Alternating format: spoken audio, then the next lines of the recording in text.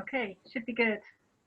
So it's really, really lovely to be here with you, Katerina. Thank you so much for joining us. And I know Nikos is there and he'll come back in a moment. For anyone who doesn't know, Nikos and Katerina have been helping in Lesvos in a massive way for the last 5 years plus. And their contribution to helping refugees there is, well, I think you're well famed, if I'm honest. It's been 11 days since the fire. Can you just sort of explain to us briefly what it's been like since the fire in the last 11 days and how things have developed during that time? The fire was a disaster, of course. Destroyed the whole camp of Moria. But to be honest, I was expected of something like that. Of course, I didn't have in mind exactly that, but the last 1.5 years, 2 years, we could feel that something is boiling and it's going to explode because the conditions weren't good, especially after that time that we had 22,000 people in the camp. Yeah. Then everything was out of any order. The situation, especially at the Olive Grove outside of the proper camp, it was too crowded that it was chaotic. So from all sides, everybody was aggressive and tired, and you could feel that from moment to moment, there's going to be an explosion there. Something is going to happen. So we were expected of that. The night it happens, thank God that we didn't have victims. That was a miracle for me, I believe it was a miracle. Yes. So all people were shocked and lost and scared, disappointed, afraid, sad, a mixture of really, really not good feelings for someone. They were running with their kids, or they were trying to protect themselves, running away from Moria. But at the same time, they were unsafe because they didn't know what the next day is going to bring for them. It was a terrible night. Yeah, awful. Awful. On the night, when did you start to get involved? When did you first hear about the fire and then sort of run to help? Sorry? On the night that it happened, when did you first hear about the fire and what did you do on the actual night? At the moment, there wasn't many things for someone to do. No. Like even if you go there, we went there. Of course, the police and the fire department doesn't allow people to come inside for our safety. But even if we could walk inside Moria, we couldn't do anything. There were flames everywhere. Everything was burnt up. People running outside, try to go as far as they can. And that was it for many hours until early morning and more. And so sort of the next day and the coming days, what was the key? I mean, I can imagine how people were feeling, but what was the feeling on the island like? I think everybody, the next morning, everybody was frozen. The refugees, us, the locals, because in our minds, all we knew that one day something's going to happen there.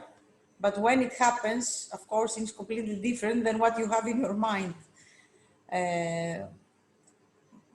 All the people try to find the shelter, make something by themselves, the olive groves, under the trees, on the sides of the roads.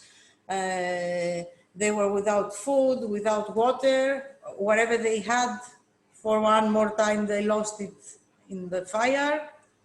So there was nothing there for them. And there were many families with a lot of kids and babies. We, from the first day, start cooking, distributing food, water, diapers, whatever we had and could help the people. The people were like, imagine 13,000 people on the street. I can't.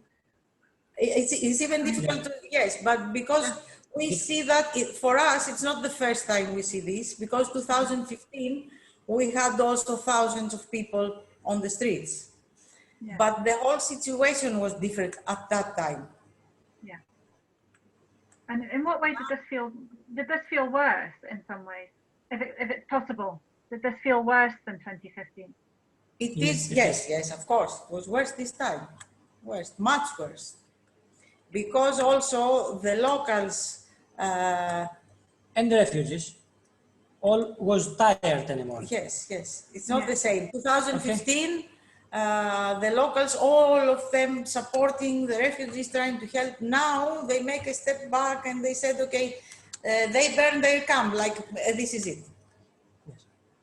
And there was a lot less compassion, a lot less willingness to help. Yes. But also refugees, are here 2 years, 3 years, 4 years, and now they had just to sleep on the street. Before 2015 was their first day in Europe, and it was all new for them. Now they just had to move from one bad place to another one. It's truly heartbreaking, the situation. Yeah. We're just very grateful for people like yourselves to be there and to help them in the best way that you possibly can.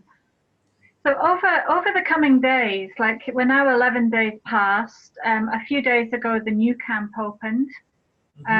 We have varying reports of the conditions in that camp and how people are feeling, but what's the sort of feeling from where you are about the new camp and what's going to happen next? Look, the new camp is a place by the sea, belonged before to the army. They were practicing on shooting there. It's tents. It's the ground and tents. That area on winter, it's a lot of cold and very windy. Yeah, it's totally open, it's completely flat. People that they've been on the island and they know the place, the first thing they said is, oh my God, on winter, these tents are going to fly.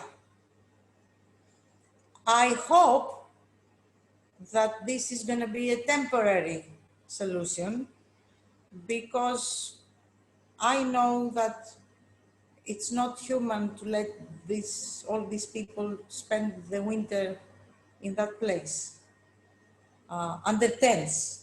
If something changed and they put containers or they make it better, or I don't know what to say, maybe. But now, as it is now, under these tents for the people to spend the winter in this place, is not good.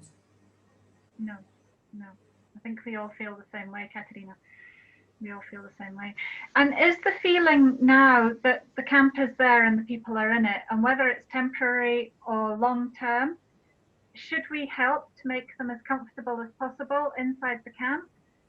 Or I've seen varying views that says we're enabling the government to keep them there longer if we provide more amenities inside the camp, or comfort, sorry about the outside noise.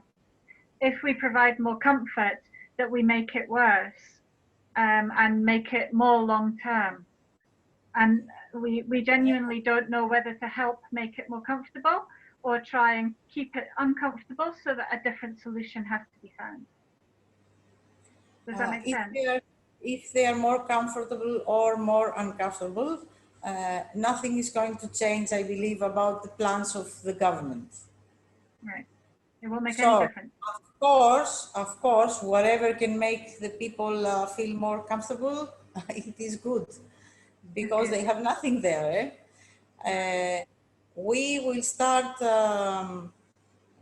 distributing food from Tuesday in the camp for the vulnerable people, like those people that they should follow a special diet, like the diabetics or sick people, that when they eat the regular food that they distribute, the government distribute in the camp, then they have problem because they have to follow a diet.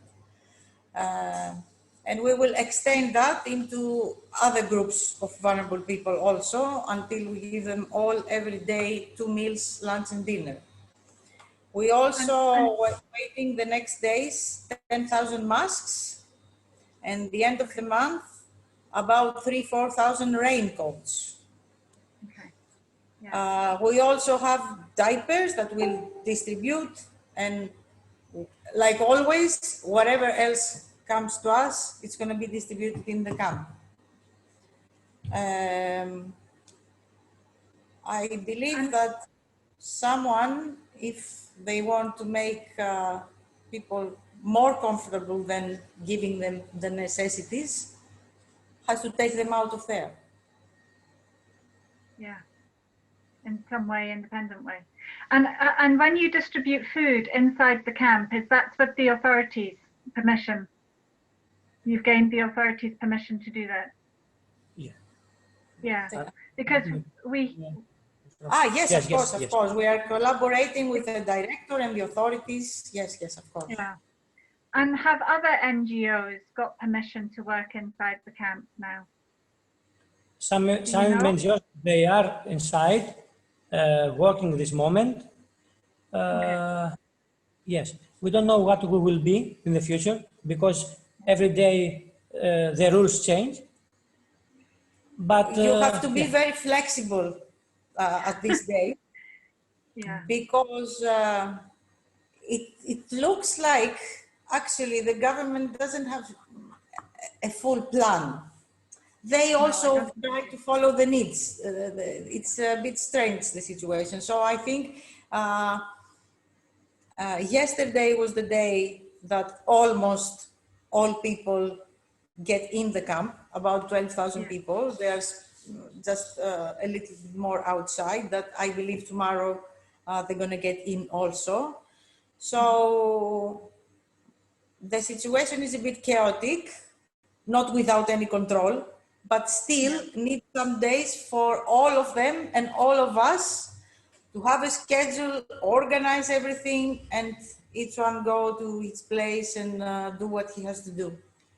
And of course, my opinion is there are also some positive things. Okay. First of all, now they are not unaccompanied minors inside anymore. Second, no single woman with kids inside the camp. Inside the camp. They move them. They move them. Building. For sure, they will be more clean than Olive Grove.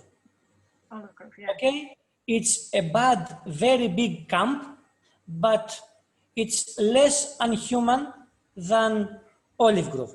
Olive Grove was the worst place of everything. Now it's difficult because it's a very long, very big camp without any color, no trees, just a white place. But I think can be more organized than before. It was also the geology of the Olive Grove, because actually it was a that created by itself a lot of problems with the tents, with the garbage. It wasn't easy to, to keep the place clean, to check the place.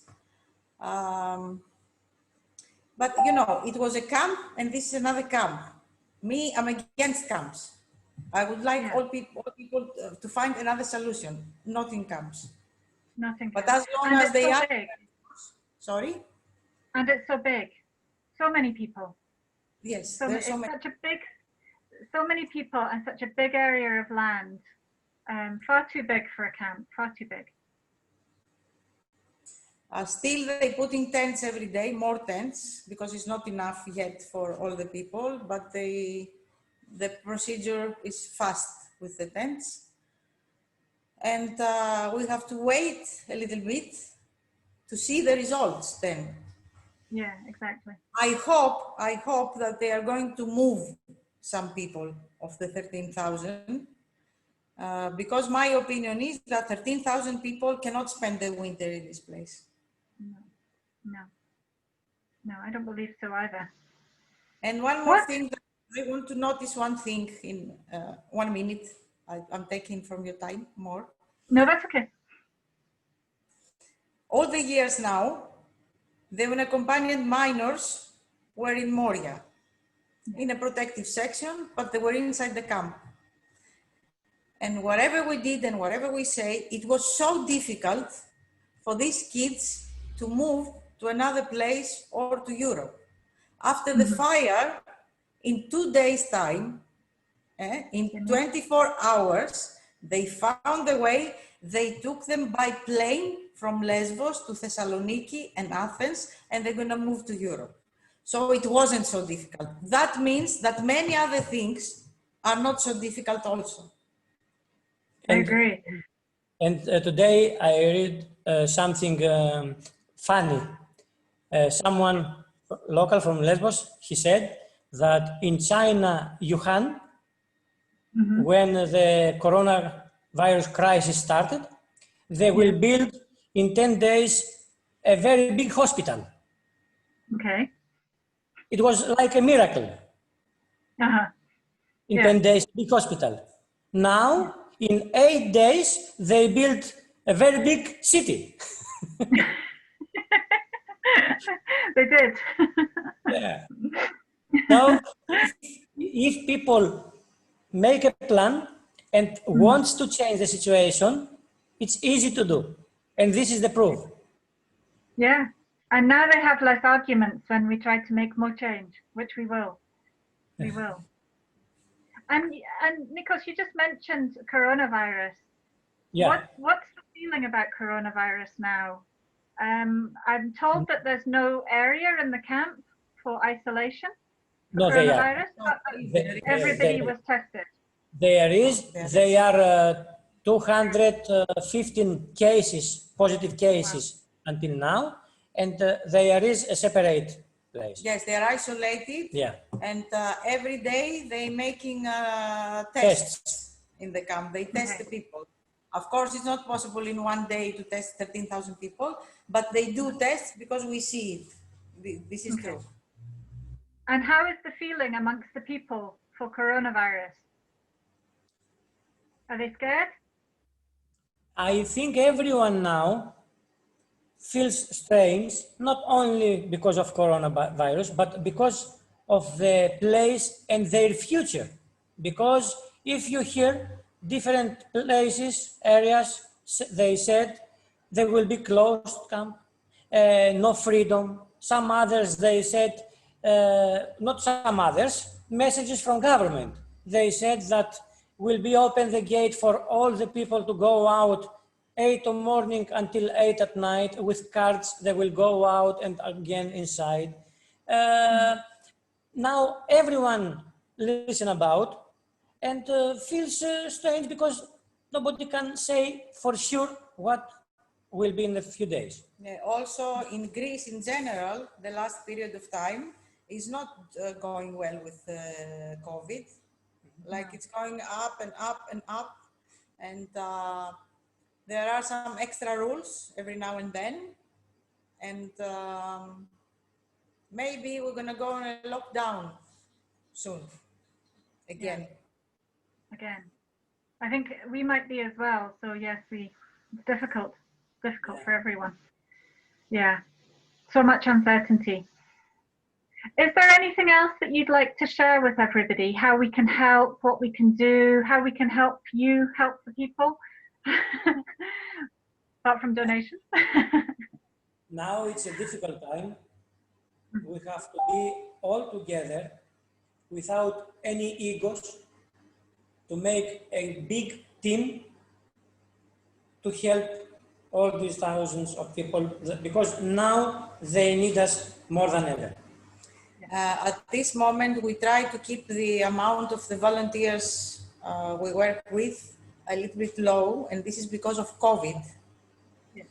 We have to follow some rules from the government, but also some rules that we make ourselves to protect the refugees, but also the volunteers who's coming.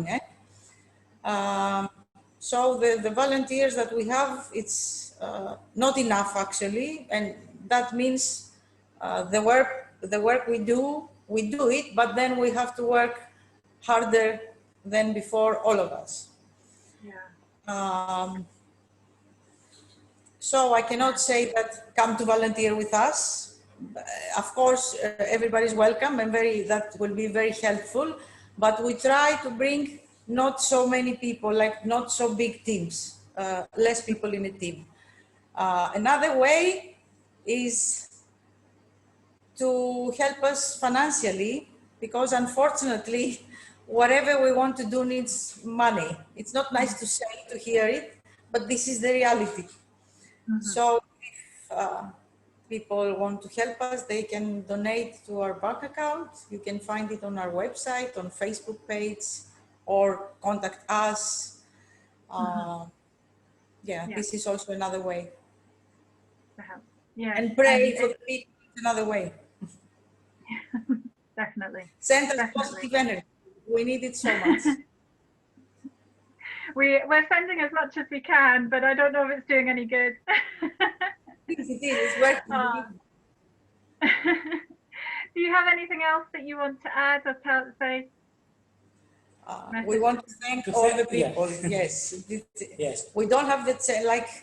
I cannot describe that we don't have time at all. Sometimes during the 24 hours, we don't have even a minute. Maybe it's difficult for someone to believe, but it is like this. So we don't have the luxury at this moment to answer to each message on Messenger, on our WhatsApp, or on Facebook. So we just want to say a huge, huge thank you from our hearts, really. And this is not me only saying, it's the voice of 13,000 of people on Lesvos at this moment who wants to say thank you. And every time we go there, we feel the appreciation of the people that they showing us in many ways. So we don't do this by ourselves, the two of us, or with the people we have here and help, but mostly we do it with the help from all of you that coming from there with people that we maybe never met or we will never meet. But this is that giving us the power, the tools, the strength to continue. So we want to thank all the people.